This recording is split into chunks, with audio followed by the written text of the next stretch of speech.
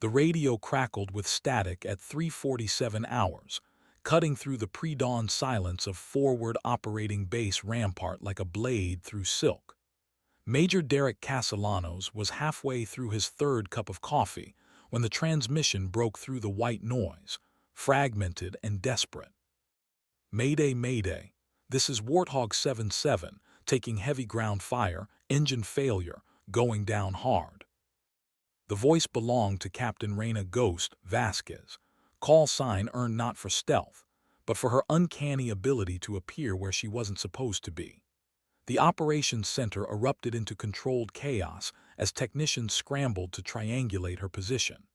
Castellanos felt his stomach drop as he stared at the tactical display, watching the blue dot representing Ghost's A-10 Thunderbolt II disappear from radar coverage 37 kilometers northeast of the base. "Last known position, Grid 74 Alpha," the radar operator announced, his voice tight with concern. She was providing close air support for Bravo Company when she went dark. For 18 minutes they waited. Radio operators cycled through frequencies, calling her call sign into the void. Search and rescue birds spun up on the tarmac, their rotors beating against the desert air like mechanical hearts. But the silence stretched on, thick and suffocating, until finally Castellanos made the call that every commander dreads. "Mark Warthog 77 as KIA," he said quietly into his headset. "Time of death, 4:05 hours." The words felt like lead in his mouth. Ghost had been one of his most reliable pilots, a 12-year veteran who'd flown over 300 combat sorties across 4 deployments. She'd earned her wings when female combat pilots were still fighting for recognition, clawing her way up through ranks of skeptical male colleagues who questioned whether she belonged in the cockpit of a $30 million war machine. Her A-10 was a flying tank, built to absorb punishment and keep flying. The Fairchild Republic A-10 Thunderbolt II, affectionately known as the Warthog, was designed around its massive GAU-8 Avenger rotary cannon, a 7-barrel monster that fired depleted uranium rounds at 3,900 rounds per minute. Its titanium bathtub cockpit could withstand direct hits from armor-piercing rounds, and its redundant flight systems meant it could limp home, even with significant battle damage. If Ghost's bird had gone down, something catastrophic had happened.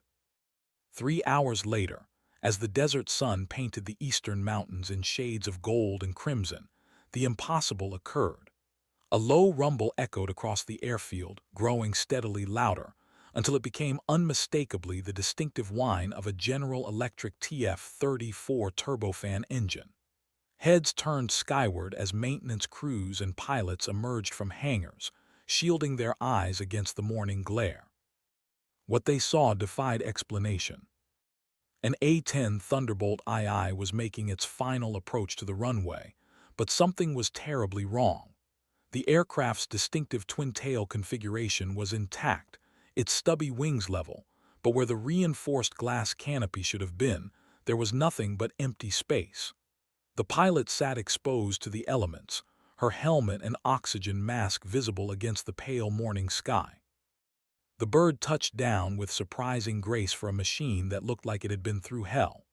Black scorch marks streaked along its fuselage, and several panels hung loose, flapping in the airflow like wounded skin. As it rolled to a stop on the taxiway, ground crews raced toward it, their faces masks of disbelief and concern. Captain Reyna Vasquez shut down the engines and slowly removed her helmet, revealing dark hair matted with sweat and a face streaked with soot. Her call sign, Ghost, had never seemed more appropriate. She had literally returned from the dead. The crowd gathered around her aircraft fell silent as she began to speak, her voice hoarse but steady.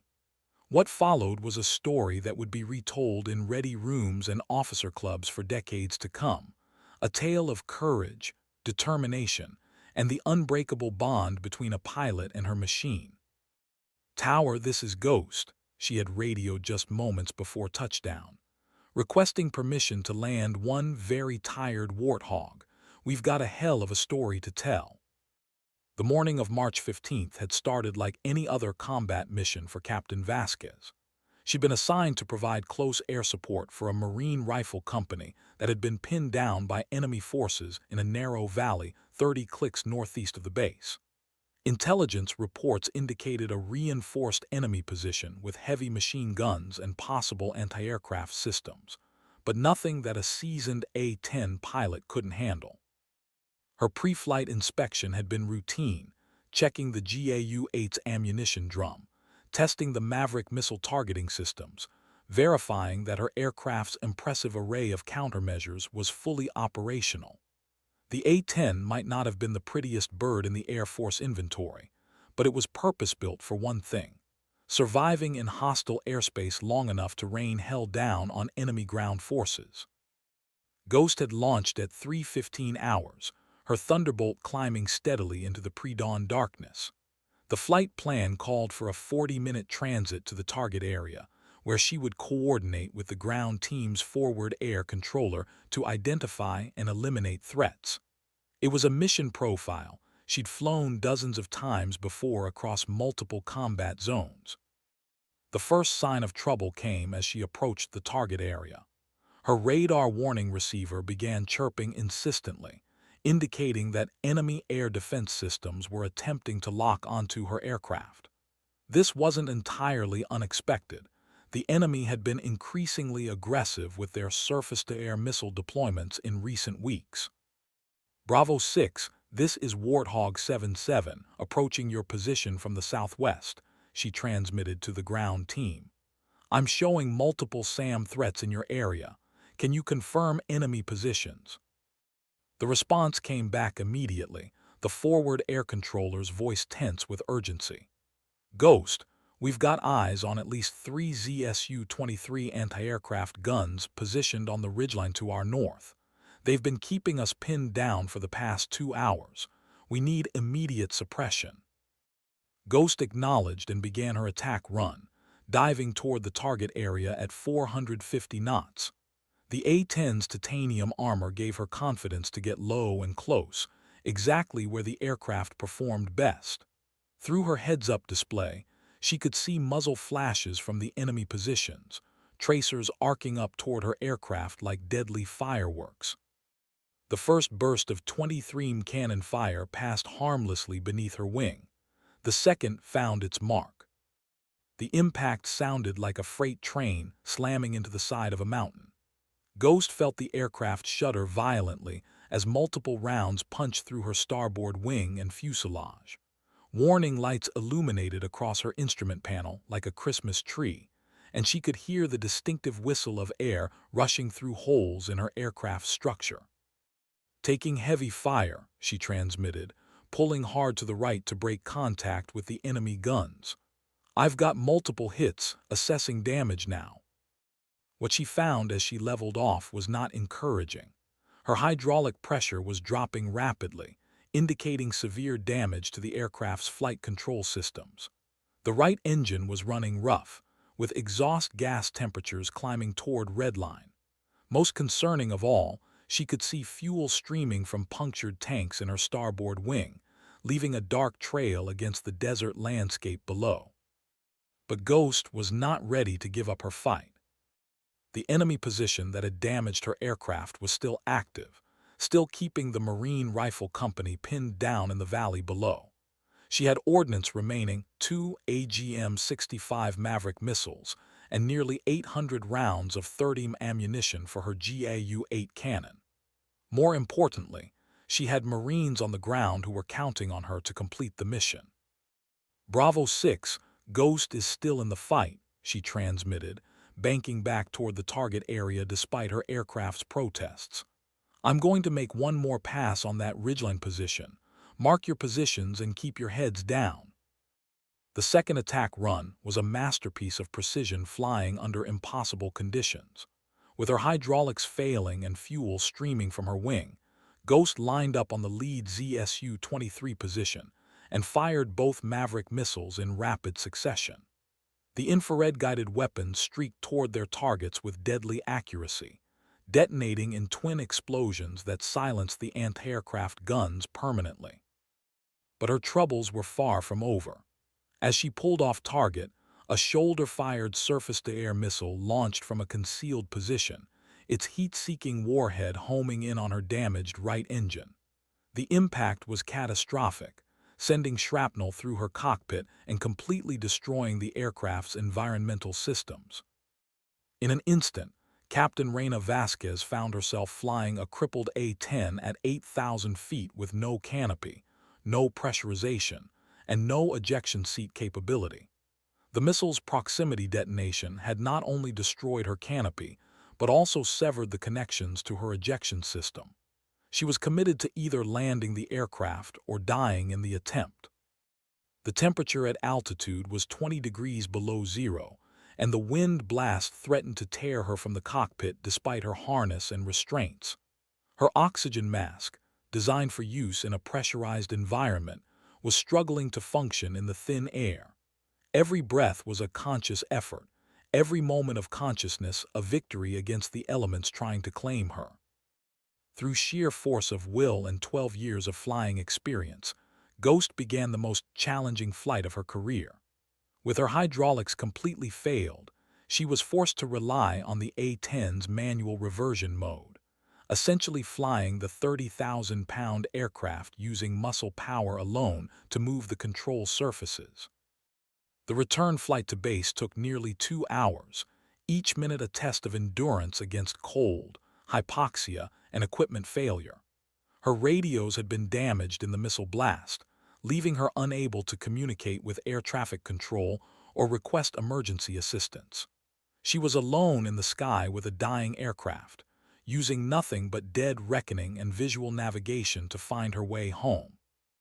Several times during the flight, she considered attempting to bail out despite her damaged ejection seat. The terrain below offered few good options for a parachute landing, but it might have been safer than trying to land a battle-damaged A-10 with no hydraulics and marginal engine power. Each time she rejected the option. The A-10 had brought her this far, had absorbed tremendous punishment while still remaining flyable. She owed it to the aircraft and to herself to try to bring it home intact. As forward operating base Rampart appeared on the horizon, Ghost faced her final challenge. Landing a hydraulically failed aircraft with compromised flight controls and reduced engine power. She would have exactly one opportunity to get it right. In the A-10 community, successful no-hydraulics landings were rare enough to be legendary. Attempting one in an aircraft with significant battle damage bordered on the impossible. She lined up for her approach, fighting constant crosswinds and turbulence that threatened to upset her damaged aircraft.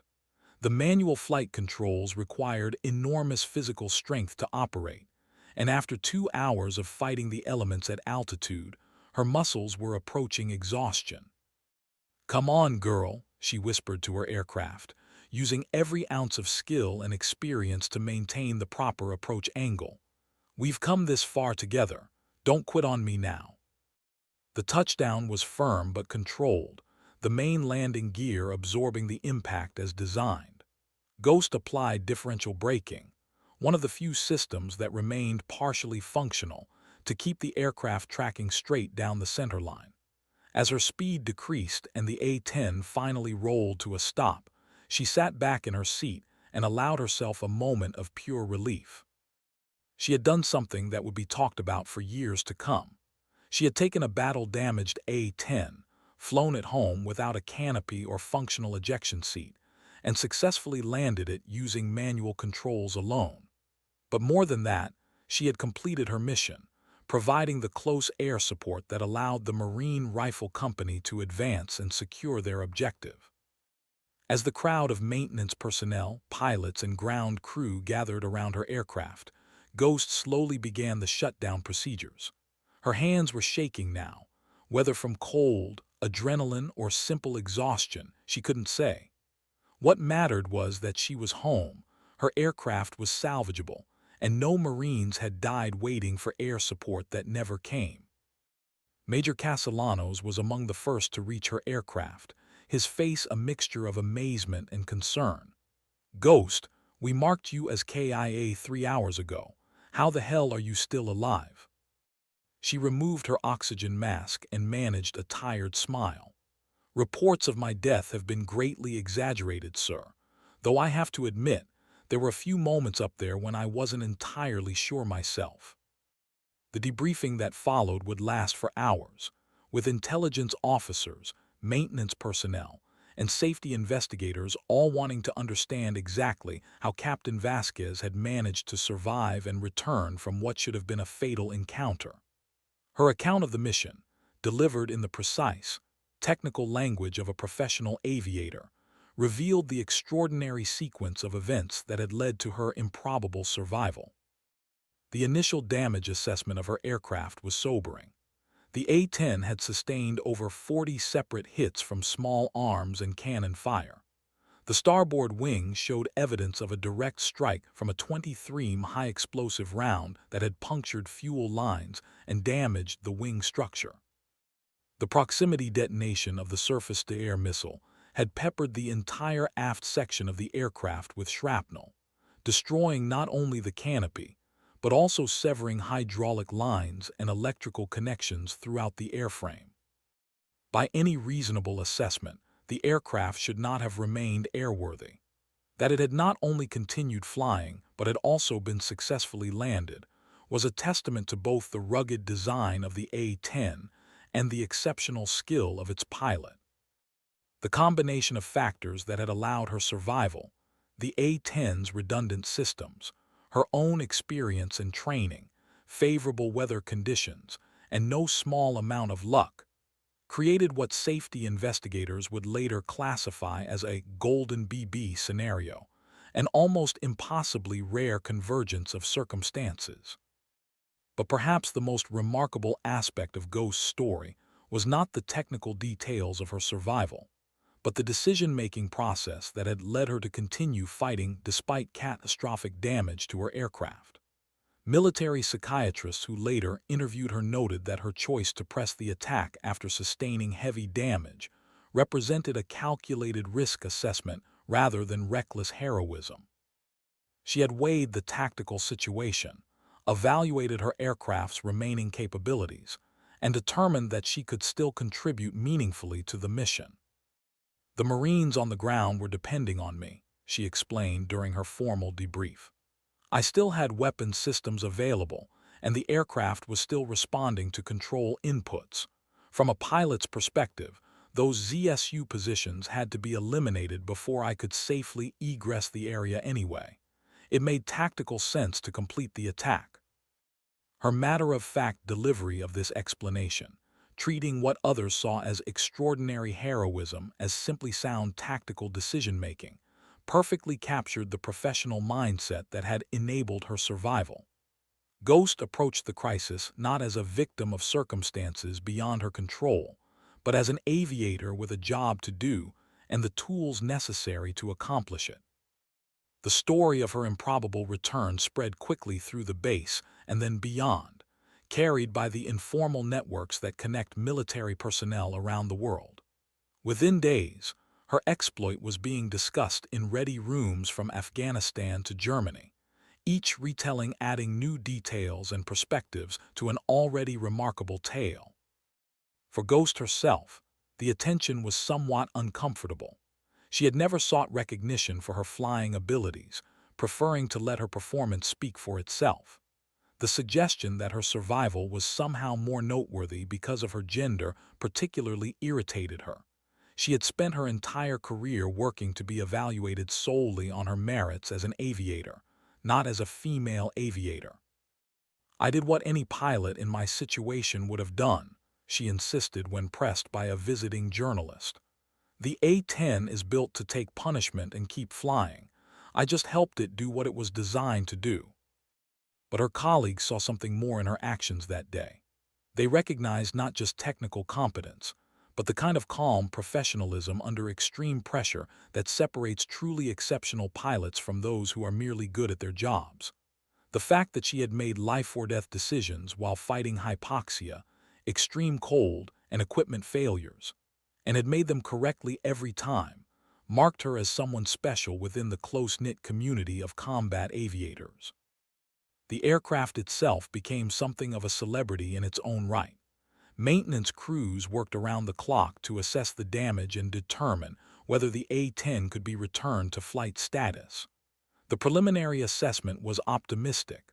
While the battle damage was extensive, most of it was confined to non-critical systems and structural elements that could be repaired or replaced. Chief Master Sergeant Maria Santos, the base's senior maintenance supervisor, had seen plenty of battle-damaged aircraft during her 24-year career, but Ghost's A-10 was in a category by itself. "I've never seen an airplane take this kind of punishment and still make it home," she observed while examining the shrapnel holes that dotted the fuselage. "This bird and its pilot are both tougher than they have any right to be." The repair process would take nearly 3 weeks, involving specialists from the A-10 Systems Program Office, as well as engineers from Fairchild Republic, the aircraft's original manufacturer. They were particularly interested in analyzing how the various systems had performed under the extreme conditions that Ghost had encountered, using the data to improve future aircraft designs and pilot training programs. During the aircraft's downtime, Ghost found herself temporarily assigned to base operations, helping to plan and coordinate missions for other pilots in the squadron. It was valuable experience that gave her a broader perspective on how individual sorties fit into the larger strategic picture, but she chafed at being grounded while her colleagues continued flying combat missions. "I know the doc says I need time to recover from the physiological stress of that flight," she confided to Major Castellanos during one of their regular check-ins. "But honestly, sir, I feel fine. I'd rather be back in the cockpit than pushing paper around a desk." Castellanos understood her frustration. Every combat pilot felt the same way when circumstances forced them out of the rotation. But he also recognized that Ghost's experience had value beyond her individual contributions as a pilot. Her story was becoming a powerful recruiting and training tool, demonstrating to new aviators what was possible when skill, determination, and good equipment came together in the crucible of combat. "Take the time you need," he advised her. "When you're ready to get back out there, we'll be ready for you.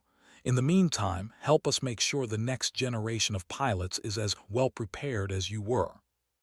It was advice that Ghost would take to heart in ways that neither she nor her commander could have anticipated at the time. 3 weeks after her dramatic return, Ghost's A-10 was declared fully mission-capable and ready for flight operations. The aircraft had been essentially rebuilt from the ground up, with new systems and structural components replacing everything that had been damaged in the encounter with enemy forces. In some ways, it was a better aircraft than it had been before the mission that nearly destroyed it. The first post-repair flight was a milestone event, attended by base personnel, visiting dignitaries, and a small group of aviation journalists who had been following Ghost's story. As she strapped into the cockpit of her rebuilt Thunderbolt, she felt a familiar sense of anticipation mixed with professional focus. This was what she had been born to do, and no amount of recognition or administrative duties could substitute for the satisfaction of flying a combat mission. The test flight went flawlessly, with all systems performing within normal parameters and no unusual handling characteristics. From a technical standpoint, the repairs had been completely successful. But for Ghost, the flight represented something more, a return to the life and career she had chosen, a reaffirmation of her identity as a combat aviator. "How does she feel?" asked Chief Santos over the radio as Ghost completed her post-flight inspection. "Like a brand new airplane," Ghost replied. "Maybe even better than new. Your people did incredible work getting her back together." The success of the repair and Ghost's return to flight status marked the end of one chapter of her story, but the beginning of another that would prove equally significant. Over the following months, she would be called upon to share her experience with audiences ranging from pilot training classes to senior leadership conferences, helping to shape the next generation of military aviators.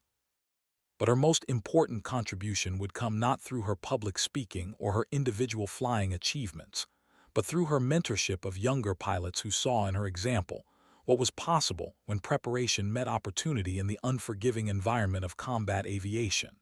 She became living proof that excellence in flying was not determined by gender, background, or the expectations of others, but by skill, determination, and an unwavering commitment to the mission.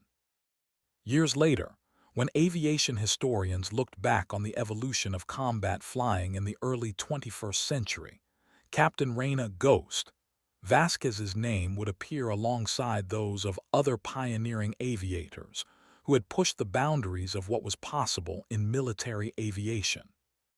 Her story would be taught in flight schools and staff colleges, not just as an example of exceptional piloting skills, but as a case study in decision-making under pressure and the importance of maintaining mission focus, even in the face of overwhelming challenges. But on that morning in March, as she climbed down from the cockpit of her rebuilt and walked across the tarmac toward the debriefing room, Ghost was simply a professional pilot who had done her job well under difficult circumstances. The legend would come later, built on a foundation of competence, courage, and an unshakable belief that any challenge could be overcome with the right combination of skill and determination. The final words of her official mission report, filed 3 days after her dramatic return, captured the essence of what she had accomplished and why it mattered. Mission successful, aircraft recoverable, personnel accounted for, ready for next assignment. It was the kind of understated professionalism that had defined her career from the beginning, and it would continue to define her legacy long after she hung up her flight suit for the last time. In a profession where heroics were often measured in split-second decisions and life-or-death outcomes, Ghost had demonstrated that true excellence lay not in seeking recognition, but in consistently doing the right thing when it mattered most. The sky above forward operating base Rampart had witnessed many things during the long years of conflict: victories and defeats, moments of triumph and tragedy, acts of courage both large and small. But on the morning when an impossible A-10 appeared on the horizon, missing its canopy but carrying its pilot safely home, it witnessed something that would be remembered long after the war itself had passed into history.